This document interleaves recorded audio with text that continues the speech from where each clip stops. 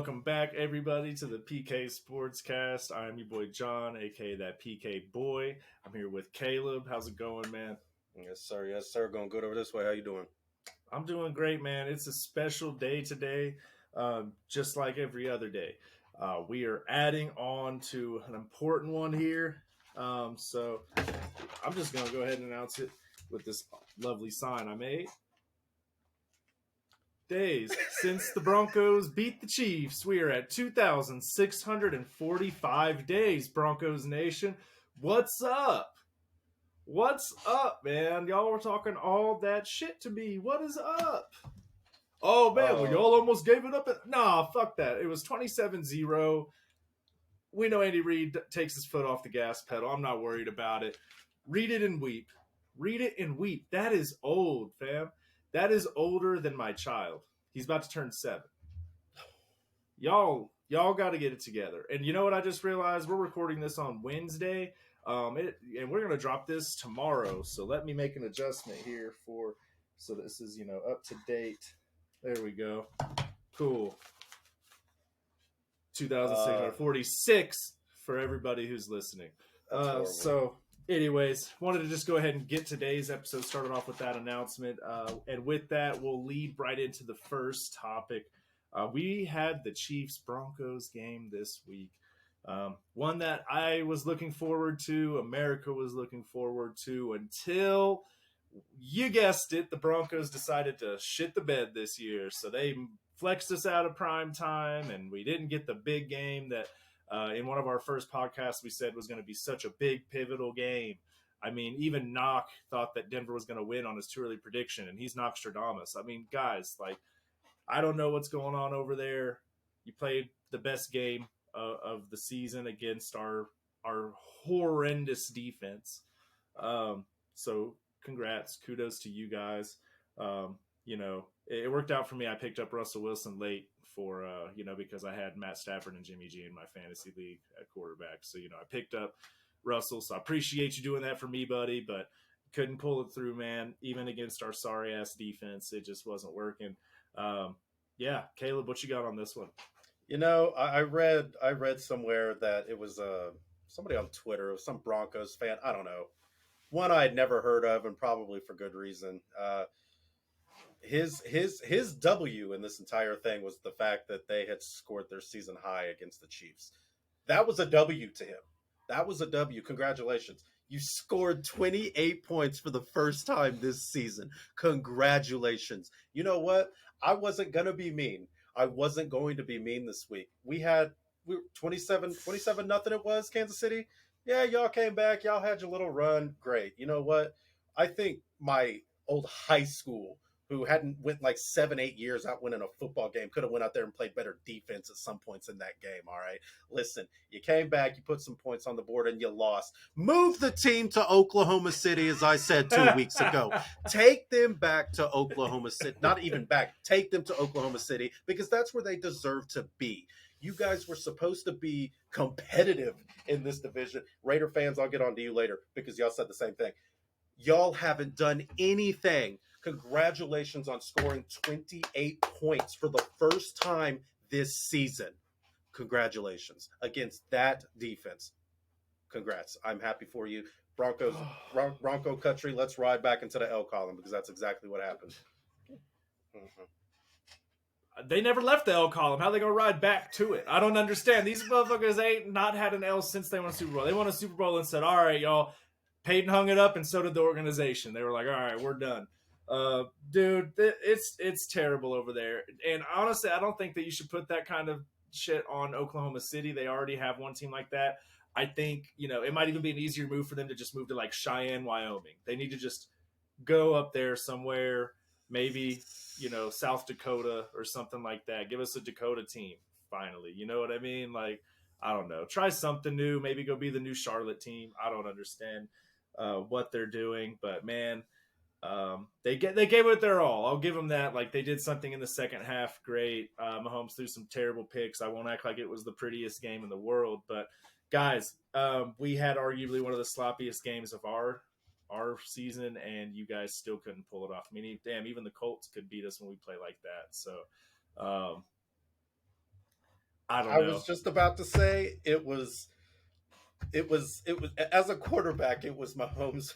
He had 350 plus yards. But yeah, they forced him to throw 3 picks. We turned the ball over. We were up 20, however many points at that point in time. They came back and they still could not win. Broncos. you that's a game. That's a game that you really could have had at one point. I'm sorry you didn't. I'm not sorry.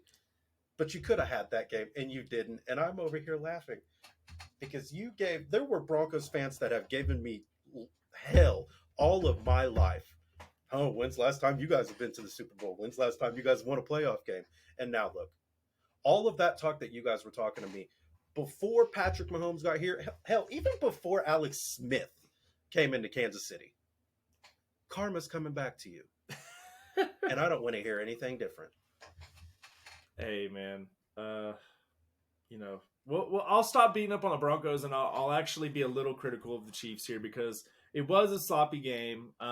Before I even get to the defense, I'll actually talk about some of the offensive play calling. Guys, we're up 27-0. Why did we only run the ball 6 more times in the whole game? And the only time that we ran the ball was to run the clock out, like I feel like. And at the very end of the game. Yeah. 5 of those runs came in the final drive, I'm pretty sure. It was either 4 or 5. But those are the kind of things we won't be able to do that come playoff time. Like, as much as I love to add to the outrageously large number of days since the Broncos beat us, reminder, as much as I love to write shit like this, it's just, I don't care. Like, the Broncos aren't a threat, really. Like, sure, would they end a really impressive streak if they were to win? Sure, like, we need all the wins we can get. But, guys, we cannot play like that once it comes playoff time. I mean, that defense is looking sus, and it's kind of scary. The play calling is scary. We will not be able to – I mean, I know Denver is, like, one of the top-rated defenses in the league. They're always between, like, 2 and 4. So, it's not something we'll be able to do if we go see a good team. We can't go to the Bills and throw the ball like that. If we can manage to go in there and be up 27-0, you better run the damn ball. I don't care. It's going to be a long, long game if we go to any playoff game and Patrick Mahomes throws 3 ugly picks like that. It's going to be a long day regardless of who we play. The thing is, you can't have short drives like that. You can run more clock and give your defense more rest if you go 3 and out with 3 solid runs and take 2 minutes off the clock, right? You can't go out there and be off the field in 50 seconds because you go out there throwing the damn ball too much. They're all ready for it. You have Patrick Mahomes. He is talented. No, he doesn't always throw 3 picks. But I mean, shit, like, the Broncos luckily have no offense. They finally found a little bit of a stride against us last week. But, guys, like, the Bills have an offense. The Bengals obviously have an offense.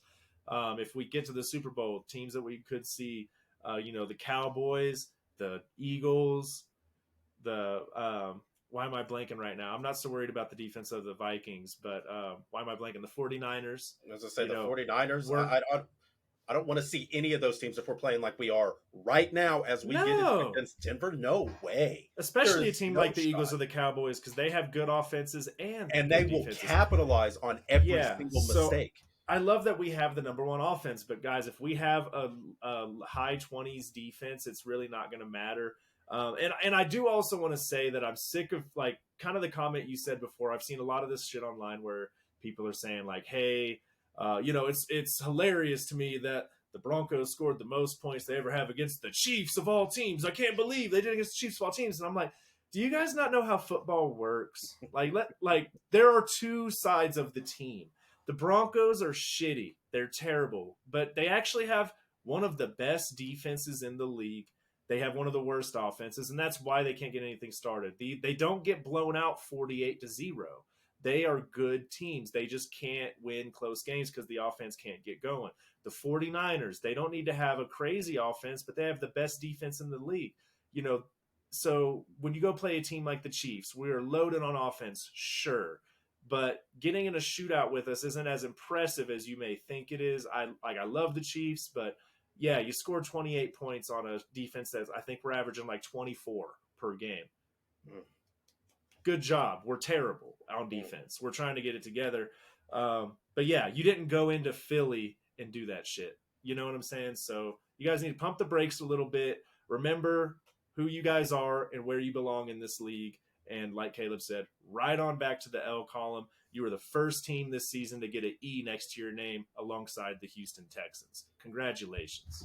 And I do just want to say one last thing, man. How spoiled are we nowadays? I would have killed when I was a kid to see a Chiefs team start out 10-3.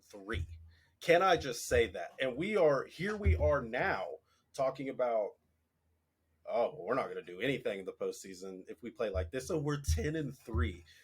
I will say we are spoiled now as fans. we are because sure. It was not like this in years past. We damn sure ain't spoiled on defense, man. I will say about the team, like we kind of used to look like the Broncos, right? We had a decent run game, Great defense. Great. I mean, one of the best defenses every year, but terrible quarterback. And I don't want to really say that about Russell Wilson. He's having a one-off year. As much as I hate that he's Broncos now, I don't want to like just sit here and shit on Russell Wilson too hard as an individual.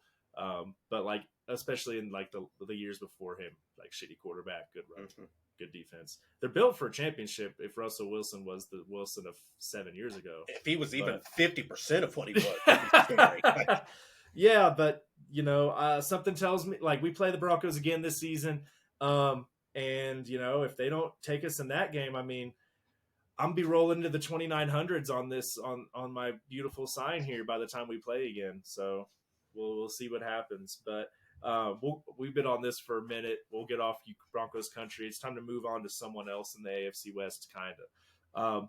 You know, what I want to talk about is I saw one of the it's one of the coolest stories from last week, man. Baker Mayfield. We talked about it last week. He got dropped by the Panthers, and we found out this as we recorded last week, if you guys were watching, that he got picked up by the Rams mid-recording. So that was really cool. That was Tuesday, and he played on Thursday night. They had their starter, I forget his name already, but he came in for the first drive. Baker Mayfield took over from there. He had a pretty slow first few drives. He looked okay. He was throwing that rock, though, man. He was throwing it over 20 yards a few times.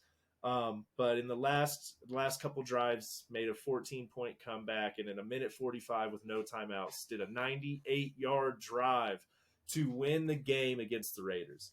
So with that said, I want to pose the question, is Baker really a starting quarterback in this league? Or are the Raiders just that fucking bad?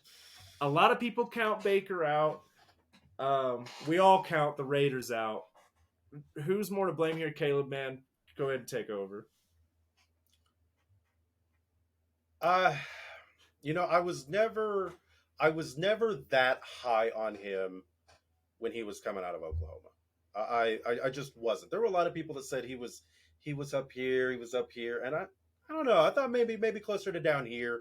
Thought it could be definitely a starter in the league, but to get you there to be that guy, I was never really sold. I'm no professional when it comes to analyzing the sport of football. I'm not. But just from my eye test, I wasn't that high on him. That being said, I think it's kind of a mixture of both, because he does have that arm talent. I think he's let a lot of his just his personality. I don't think he's given himself the opportunity to focus solely on football. I just think that's how he is. I could be wrong, of course. I don't know the dude personally, but he is a very talented guy. If he is a QB1 in this league, I don't know. I definitely think he has with his just play with this. I certainly think he has earned some phone calls from different teams around the league here on out if, the situation with the Rams doesn't work out. Also, that being said, I think the Raiders are also just that bad. They are only the fourth team in NFL history to lead 4 games in the same season by 13 points and lose all of them. that's a bad team. With I know they got Derek Bike, I know they got Devonte Adams. That with the talent they have, they are the most disappointing team. I think because they've been in a lot of close games. As I said, they've been in a lot of close games, and for them to just lose all of these close games, I'm not. I might not go in too hard on you today, Raiders fans, but this should have been a different season. I really think this should have been. Yeah, no, I gotta agree with you, man. Like the Raiders are bad. I think it's a little bit of both, though. I'll say Baker. He played the game of his life. He dude. did. I'm not gonna say he's never had a better game. Um, Especially like if we're talking lifetime, he had some good college games, but he did. But in the big leagues, in the big leagues though, at least like in my memory, that's one of the first games I'd be like, dude, he just went out there and balled out. I've seen him go out there and manage for sure. I've seen him manage. He played the Chiefs in a playoff game that was close. It came down to the final drive.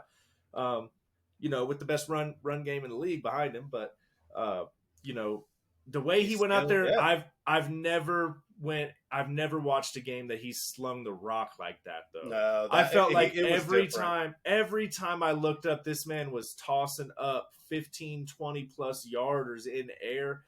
It was impressive to see. They were dimes. I mean, he looked like a guy who was playing for his life. I mean, the guy knew. I mean, dude, he got picked up 2 days before. I don't care who you are. To join a team as the hardest position at quarterback with no chemistry 48 hours after you get signed to that team. 48 hours. You go and lead a comeback with a new team in prime time in 2 days. Showed up and made it happen. Dude, the way he was connecting with Jefferson, like you would have thought these guys were playing with each other all season, man. Yeah. Like they looked good. So of course it was supposed to be like a shit game. Neither the Rams or the Raiders making the playoffs. We know that. But I was really impressed with it, man. I was super happy to see that moment for him. You could see just how locked in he was. You could see it from the celebrating from the whole squad. Like they knew how important that was to him. So that was really cool, man. I also think that Sean McVay is just a really good coach. So like he could really do something with Baker. Obviously not to make a playoff run this year, but maybe just help develop him. With like I don't know what direction Baker's going to go in though. I mean, they do still have Matt Stafford. I know he's fighting injury. Cooper Kupp's out till next season. I don't necessarily see Baker becoming their starter next year. They still, like I said, they still have Stafford, but who knows? We'll see. Maybe like you said, maybe he gets a phone call from another team. I definitely think that out of all the 32 teams in the league, he should be starting somewhere. I think that he's definitely a solid quarterback. Like if Geno Smith can have a year like he's having, I think Baker could. Yeah. So it's not even my bad. I didn't mean to interrupt you. Go ahead.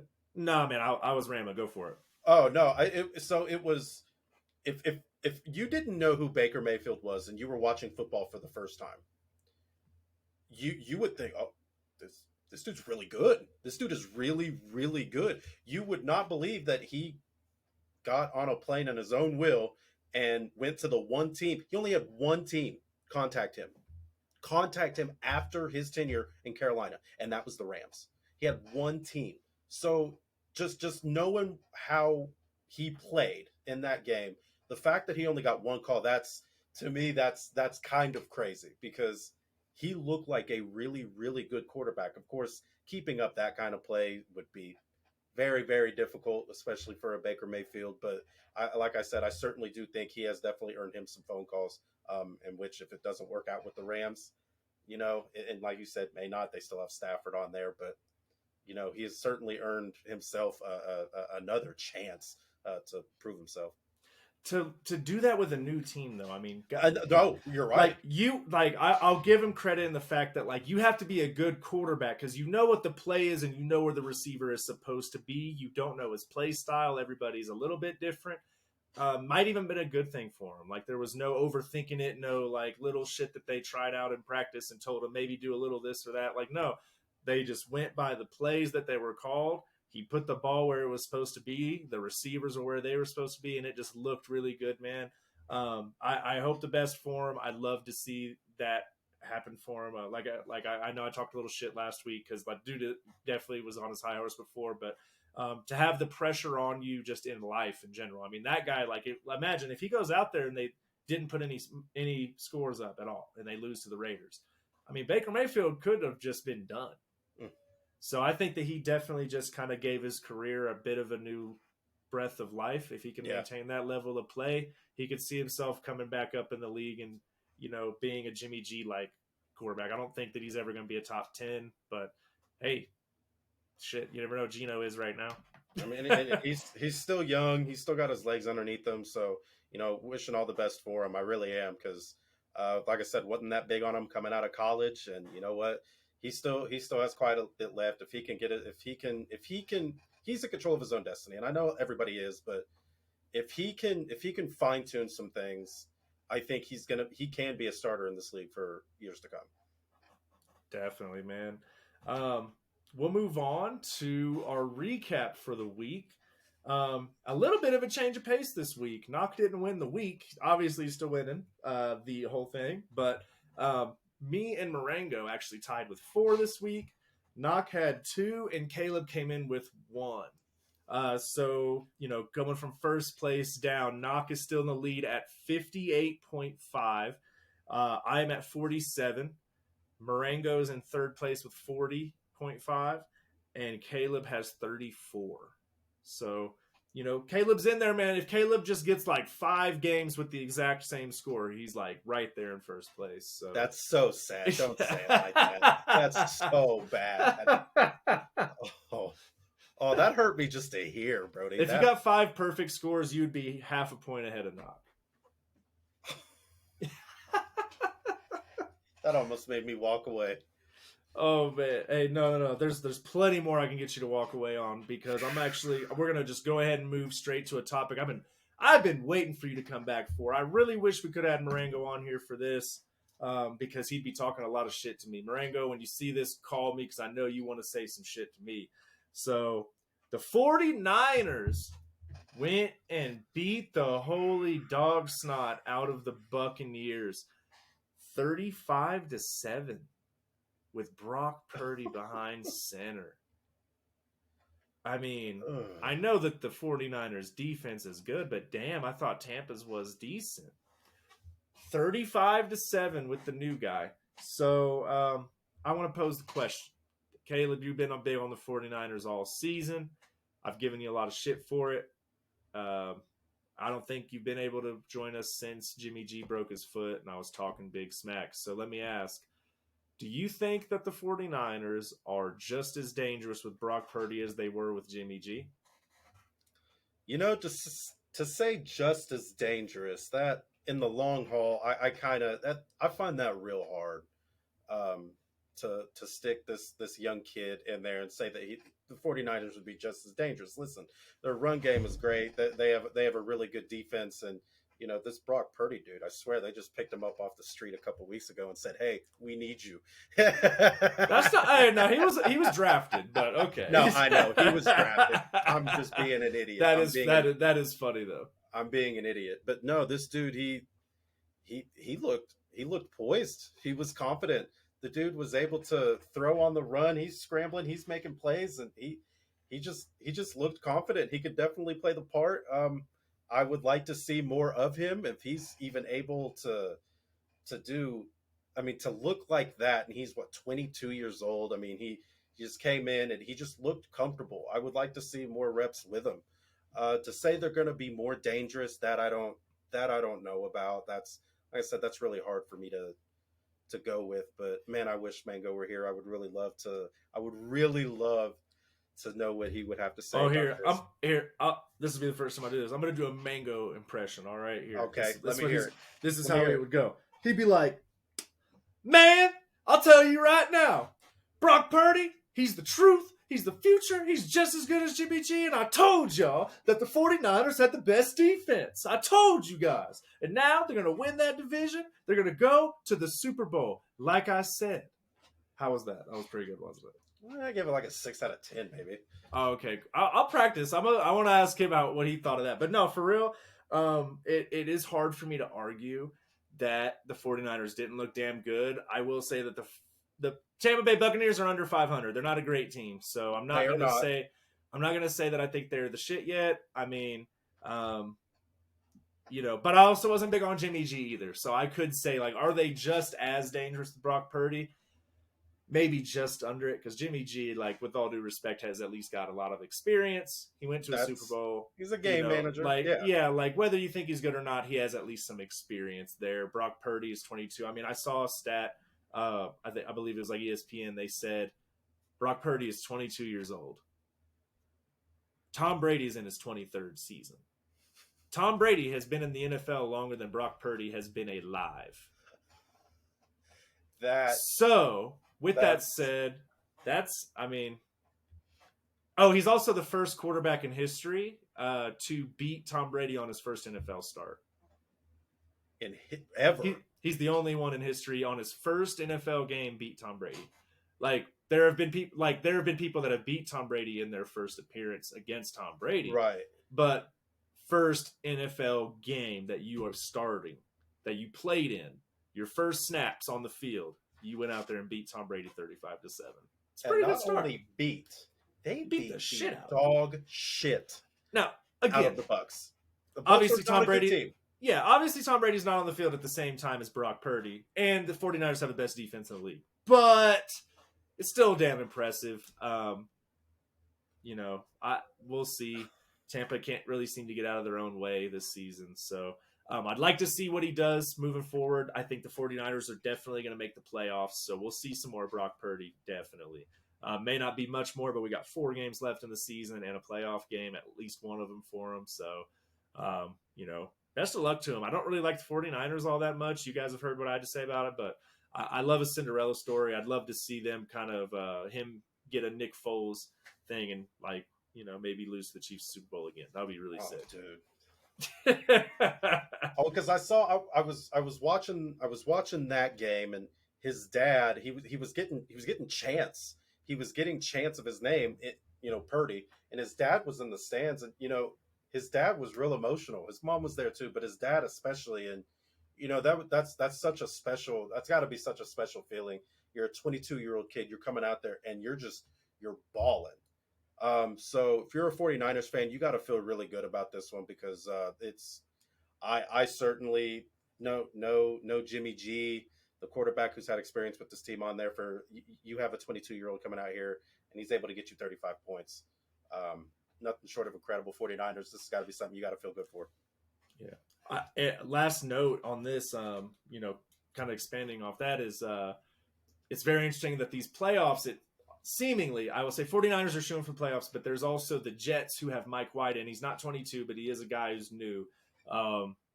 It's very interesting that these two teams with really good defenses are potentially going to be taking. I want to see what both these guys have to do in the playoffs, because Mike White has also started off very hot. Brock Purdy obviously started off pretty good. So I'd love to see what those two teams can do in the playoffs. It'll be very interesting to see what those two can do. And, shoot. Maybe Trey Lance and Jimmy G are going to have to be worried about their job, because, man, Jimmy G was already getting benched over the new guy. So, like, it would hurt to really see it happen to him twice, man. Jimmy G's in a bad spot. Yes, he is. In a bad spot. Yes, he is. But, hey, he got that contract. So, kudos to him. But pivoting over from the NFL to the NBA, I got to walk back a couple statements I said several weeks back. We were talking about the Lakers and, how bad they were doing. We asked, like, who's to blame? And, I kind of went in on Anthony Davis. I definitely did. I said, like, the dude ain't hardly available, da-da-da.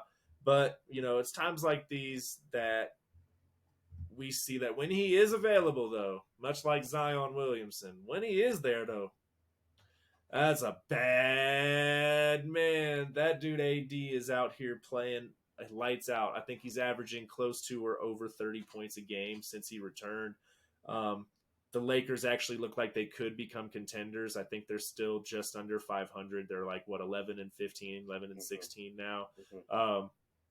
Looks a lot better than 2-8. So getting a bit of a streak going. I think they just finally lost a close game to end their streak. But anyways, Caleb, what do you think about the Lakers? Do you think that they're going to be a contender this year?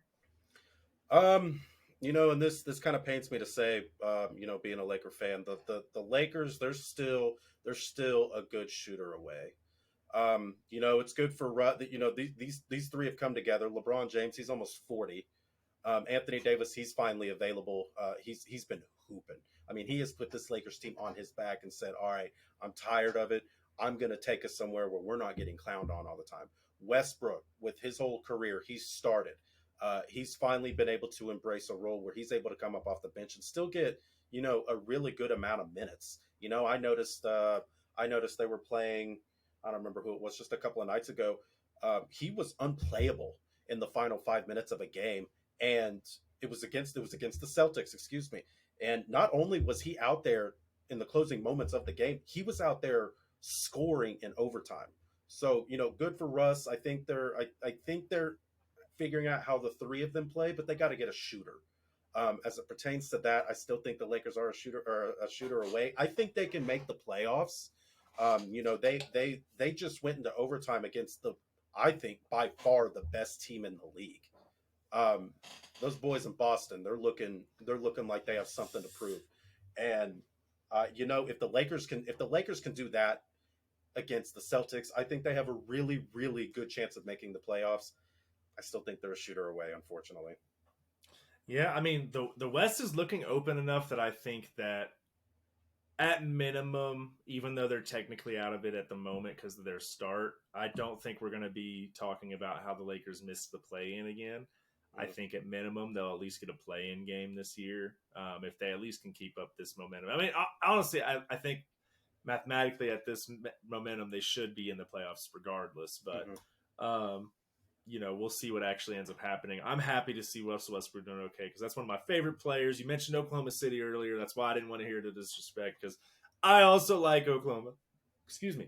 I also like Oklahoma City.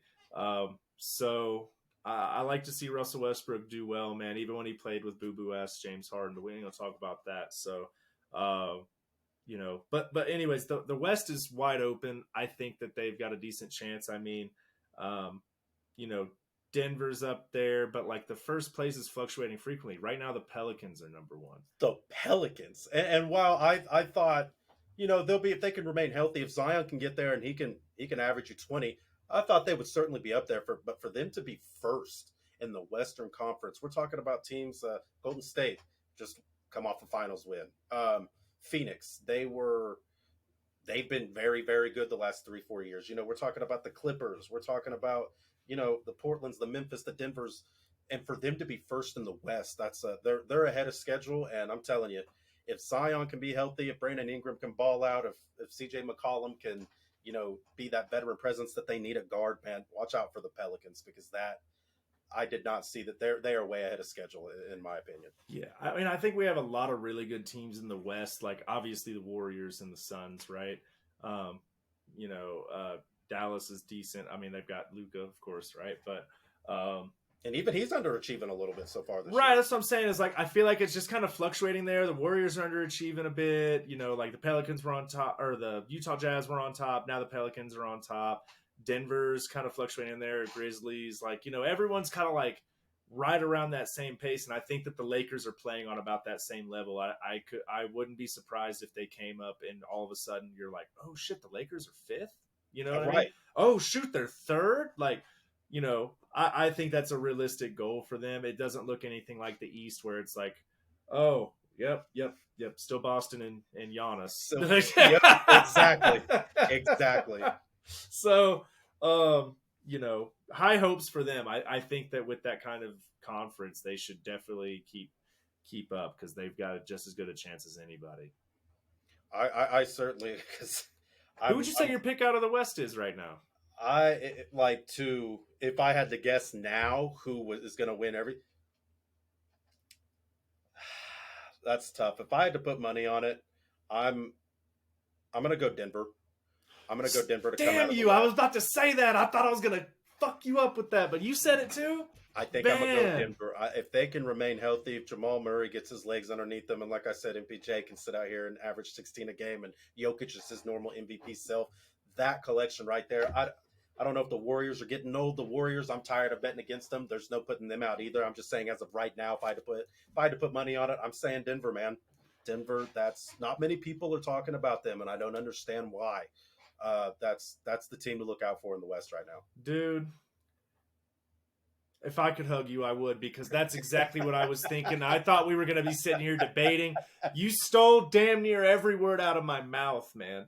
Uh, Denver looks good, and no one's talking about it. No, Dude, Jokic was trying to run us last year without MPJ or fucking Jamal without Murray. Murray. And they're back. We got DeAndre Jordan now, who's like, he ain't old DeAndre, but he's getting a little better. Aaron Gordon. Gordon. Like, we're a good fucking team, man. And I don't know. Like, I know I'm a little biased, but Denver's never won one. I'm ready for them to shake up the league, get a damn win.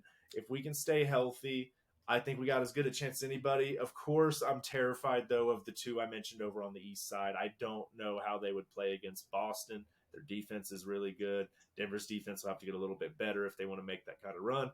But they are looking damn good. They're kind of like the Chiefs, though. Defense ain't great, but, man, their offense is electric. See, but that's the thing. In the NBA, there isn't much defense being played at all. That's where it's comparing apples to oranges. Because I'm telling you, I think Denver right now. Yes, I would take Boston, the Milwaukee's. I would. Those are my top two teams in the league right now. But man, right now Denver would have to be my pick if I wanted to make a team. If I wanted to say a team's going to make a finals run in the West, it's really wide open, and I don't think anybody's gelling as much as the Nuggets will as the season goes on. Yeah, for sure, man. You really surprised me with that one, man. I really thought you were going to go somewhere else. I will say, you're usually pretty accurate, so I'm feeling hopeful. Never have you ever said to me, I think Denver's got it. Never, not one time. So my confidence in Denver is really high right now, and I just think it's going to get better as it goes on. Okay, I'm gonna hold you to that. I hope that actually happens. But I wanted to move on. Let's end the show off with some fun stuff, dude. Let's do the surprises, man. What's your surprise for this week? Keep it at the same league, same conference. I kind of got to go Phoenix Suns, man. I know they've been a little bit banged up. I know Book wasn't playing. I know CP3's been out on injury. But man, they're looking more and more like a team. It wasn't all that long ago we were talking about them being first in the Western Conference. They've lost 6 out of their last 7. Two of those games are against one of the bottom 3 teams in the league, the Houston Rockets. Those you have playoff aspirations. You might be injured. Those are games you have to win. You at least win one. A team of Houston's magnitude, and they're beating Phoenix, a team that has been to the finals in the last 2 years. That's not good. I mean, they lost to the Pelicans, they lost to the Celtics. Those I'm not really stressing about. The Mavericks, well, we've seen last year in the postseason, the Mavericks have absolutely, and let me say Luka has owned the Phoenix Suns. But I mean, and they're still in the playoff hunt. They're sitting right now at 5th in the West. They're 16-12. I think that championship window closed, man. I think their time to win was when they were up in the finals against Giannis and the Milwaukee Bucks. I think it's closed. I really hate that because CP3. I want, if there was 2 people in the league I wanted to see win a championship, it was CP3 and Carmelo Anthony. And I think that window. I think Father Time's finally caught up with CP3. I think a lot of the issues we were seeing between Monty Williams and some of the players, DeAndre Ayton being one of the notable ones. I think just everything, the drama, the age. I think it's all just kind of coming together, and we're maybe not seeing the complete collapse of the Suns, but I will say that championship window for them, I think, is definitely closed. So I got a couple questions on that. Do you think they'll make the playoffs? I think they'll make the playoffs. I think they can still, I think they'll avoid the play-in at that. But I could see them maybe making the Western Conference semifinals, and then I I kind of see him frizzling out after that. Do you think the best of CP3 is behind us? I do think the best of CP3 is behind us. I think, like I said, man, I think he's just getting old, and there's nothing really wrong with that. I think Father Time's just finally catching up. You have these once in a lifetime players like LeBron. We have in football, obviously Tom Brady. Once in a lifetime guys, and while CP3 has been able to play at a very high level, well into his mid late 30s, I just think he's one of those guys. I think it's catching up to him, man. I really do. Yeah, no, it's sad to see, man. I rooted for the Suns back when they were making it, man. But yeah, they've shown I don't know, they lost me a little bit with some of their dumb antics last year in the playoffs. Like they could be a little immature and shitty. Well, and just a little cocky and yeah. You So made one finals run. Yeah, I wouldn't say that I'm always rooting for them now, but no, I'd agree. Like losing 6 out of 7, 2 of those to the Houston Rockets, man, that's pretty bad, dude. That's a good surprise. Bad. I like that one. That's bad. Yeah, we'll see what they end up doing. I was kind of surprised you didn't say anything about him when I asked you about who was going to run the Western Conference, but I could see why you didn't say that now. it's just they don't look like they enjoy playing. Just within the last 2 years, I would see videos of them barking like dogs in the locker room. Like they had team chemistry. I know it was goofy, but there was somebody on Twitter I followed that quote tweeted it and said, "These are the dudes that is beating up on every single team in the league." And now, everybody looks at them and they're like, "Oh, well, we're not worried about them." Like Phoenix actually scared people a year or two ago, and just right now, I can't tell the future, but right now, it's not looking good for them. Maybe they're just defeated after dude, that was a pretty embarrassing comeback loss last year. I mean, CP3 of all people has had some pretty terrible luck with comebacks in the playoffs, man. I mean, anyway, I could talk about this shit all day. I know it. Me too. I'll tell you what my surprise is from this week. I'm gonna pivot back to the NFL here. Of course, I always go NFL with these. This one really caught me off guard. Because I was really kind of looking around the standings and the league and how everything's going, and my surprise is more of a hot take, and I wasn't prepared for this. None of us were, but I think that Tampa Bay's playoff hopes are fading, and not only that. I think that Marengo's stupid ass Atlanta Falcons might actually make the playoffs and win that division. Or the Panthers, the ones that I said at the beginning of the year. Now let me tell you how, because I know it sounds crazy. Tampa Bay is only 1 game ahead in this division. Both the Panthers and the Falcons are a game behind the Bucs. Now, the Panthers have already beaten the Buccaneers. Right? Okay. So let me tell you something. I got to pull this up here. So Tampa has some very interesting games to end this season, all of which are going to have huge playoff implications. So them being 1 game ahead in the division, there are 4 games left. They don't have much wiggle room. So I'll tell you, in their last 4 games, they've got the Bengals. I don't think they'll win that. Okay. They've got then the Cardinals, the Panthers again, and who do they end week 4 with? The Falcons. So their week 17 game and their week 18 game are both divisional games against teams that are 1 game behind, and I believe after this week will be tied in record because they play the fucking Bengals. So if Tampa can manage to beat the Bengals, I think they'll be fine. But let's say they lose this week. Both the Panthers and Falcons have walk-away games this week. I'm sorry, the Falcons do. The Falcons play the Saints this week. I think that they'll win that game. The Panthers play the Steelers. That's a toss-up, but they do host. Okay, so the Panthers' last 4 games, Steelers, Lions, the Buccaneers, like I said, and the Saints. All right, and the Falcons, their last 4 games, the Saints, the Ravens, the Cardinals, and they end with the Bucs. My prediction now on my surprise is that the Tampa Bay Buccaneers and the Atlanta Falcons are going to play Week 18 with the same record.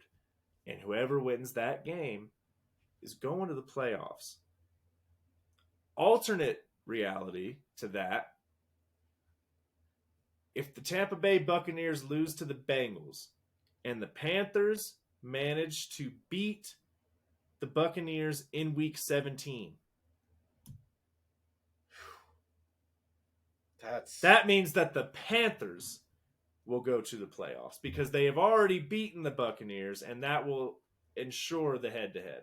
So if the Panthers do end up beating the Bucs in Week 17, it doesn't even matter what happens in the Bucs-Atlanta game because the Panthers will have the tiebreaker, and they could lose. They would have a game on them. Again, like, it's just so insane. As I'm looking at this, I'm like, really, this is crazy. The Buccaneers have the hardest schedule. They play the Bengals, then the Cardinals, who I'm not worried about the Cardinals, but then they have back-to-back games that will prevent them from making the playoffs if they lose. They've already lost to the Panthers, and they got to beat the Falcons in Atlanta, Week 18.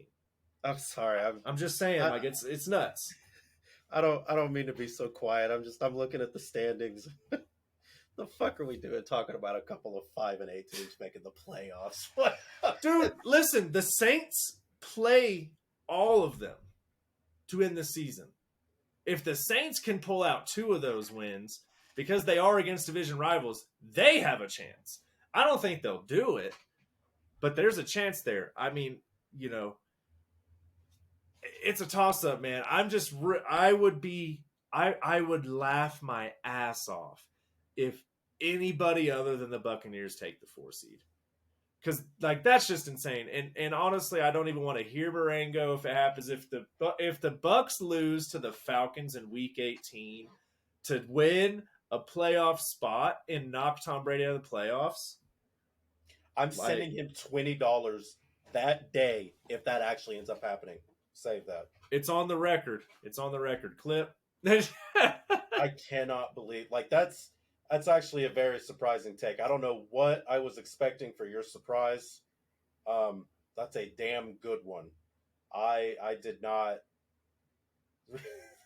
5-8 potentially making the playoff. That's yeah. They're 1 game back. Dude, the Buccaneers are 6-7, and they play the Bengals this week. Okay, so that means if the Falcons can beat the Saints this week and the Buccaneers lose to the Bengals, the Buccaneers will still be number 1 in that division because of the tiebreaker or the head-to-head. But here's the other kicker: if the Panthers can beat the Steelers, I believe that the Panthers will be the division leaders at the end of this week because the Panthers have the head-to-head against Tampa. It was just nothing but 2 weeks ago we were saying, oh, Tom Brady's going to walk away winning the division by default, and that might actually not happen. It's really hilarious to me. This is a bit of a side note, but that you just sparked a thought. We talked about how his whole career, Tom Brady's been able to just kind of waltz into the playoffs no matter what, right? When he played for the Patriots, the Bills, Jets, and fucking Dolphins all were ass. Horrible. It's funny how he walks away, and now that's the most competitive division in the AFC, at least. Yeah. I would say NFC East right now is the most competitive, but in the AFC, certainly. It has become the most in the AFC. So it's kind of funny how he was able to step away from that, and now he's 6-7 leading his division. But again, play the Bengals this week. Like I said, if Tom Brady goes out there and beats Joe Burrow and the Bengals this week, I think that they're good. They'll lock it up unless they just, for whatever reason, go on a 3-game losing streak. But I do think that loss to the Bengals is going to be why this time next week when I get on this show and I do this recording, the Carolina Panthers will be leading this division. And by the end of the season, I believe that either them or the Falcons will win this division. My surprise, officially, I know I said it a million different ways, but the official take is I am surprised that Tom Brady will not make the playoffs. Whoa, did I just say it? I did. Tom Brady's not going to make the playoffs. That whole thing's a hot take, my boy. I'm going to tell you that right now. That is a hot We all had Tampa as a 1 or 2 seed, but maybe they just don't make the playoffs, man. Damn. So neither one of your number 1 seeds would even make the playoffs. You had to say that. I don't remember if you had what you had Tampa at, but I damn sure know you. I'm pretty sure I had them as the 1 seed. I know damn sure you're number 1 in the AFC. Hey, my 2 seed ain't making it either. I had Green Bay. Hey, man, I can't talk because I had Indy being good too, and they shit the bed this year. So but listen, I will say I'm pretty accurate though. I had Miami and New England taking those wild card spots, so I still see that happening. Cincy or Baltimore will take the 5. You know, did you have anything else on this? No, that was a pretty damn good surprise though. I was not expecting that whatsoever. Damn good one. I appreciate it, man. Yeah, dude, it's crazy, man. This was such a good week in the league. This is really kind of coming down to my favorite 2 months of football, which is the final 4 weeks of the season where everything has a playoff implication. And then, of course, the playoffs are the best. So, really looking forward to what's going to happen in the next couple weeks. We got some really good games coming up this upcoming week. If anyone's planning on putting any bets in, definitely check out my promo codes below. We should have some pretty good promos going on this week. DraftKings, Caesars, FanDuel, all sorts of stuff. So check those out. Every single one of the signups helps out the podcast, and we appreciate it a ton. Caleb, appreciate you jumping on here again, my guy. And I look forward to talking next week about the outcomes of these games. Absolutely, my boy. Yeah, man. But until next time, we will catch you guys next week. Have a great weekend. And go Chiefs.